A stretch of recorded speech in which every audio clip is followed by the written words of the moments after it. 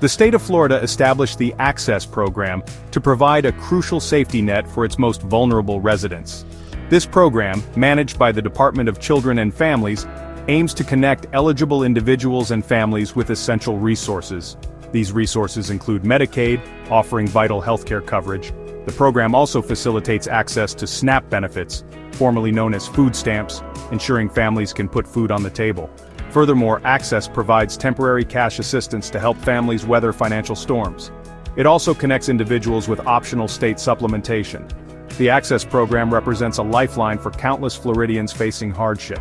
For seniors struggling to afford medication, families grappling with unemployment, and individuals with disabilities requiring essential support, Access can be the difference between stability and despair. The program embodies the state's commitment to supporting its residents in times of need.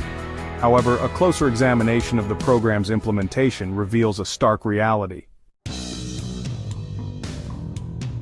While the Access program's mission is commendable, its execution has been riddled with systemic issues. A primary concern lies in the program's reliance on automation. The automated system, intended to streamline applications and expedite assistance, often becomes a significant obstacle for applicants. Minor errors, such as a missing comma or a slightly unclear document scan, can lead to automatic rejections. This forces applicants into a bureaucratic labyrinth to correct these minor discrepancies. Navigating this system proves particularly challenging due to excessive hold times when contacting the Department of Children and Families for assistance.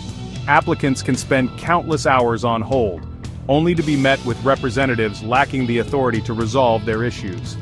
This necessitates escalation to higher-tier staff, who are often even more difficult to reach. The result is a frustrating and disheartening process that can leave applicants feeling helpless and ignored. The frequency of application denials, even for seemingly eligible individuals, raises concerns about whether the system is designed to discourage applicants. This often forces individuals and families into a lengthy and arduous appeals process. While the appeals process offers a potential avenue for recourse, it further delays access to desperately needed assistance. For families struggling to put food on the table, or seniors unable to afford life-saving medication, these delays can have dire consequences. The appeals process itself can be complex and intimidating, particularly for individuals with limited resources or familiarity with bureaucratic procedures. Navigating the appeals process often requires gathering additional documentation, attending hearings, and advocating for oneself within a system that can feel indifferent to their plight. This process can take weeks, months, or even longer, leaving those in need in a precarious and vulnerable position. The systemic issues plaguing the Access program represent a betrayal of the program's intended purpose. These issues disproportionately impact the most vulnerable segments of Florida's population: seniors living on fixed incomes, individuals with disabilities facing barriers to employment, and low-income families struggling to make ends meet are among the hardest hit by these systemic failures. For these individuals and families, the Access program represents a lifeline, and its shortcomings can have devastating consequences. Addressing these issues requires a comprehensive and compassionate approach.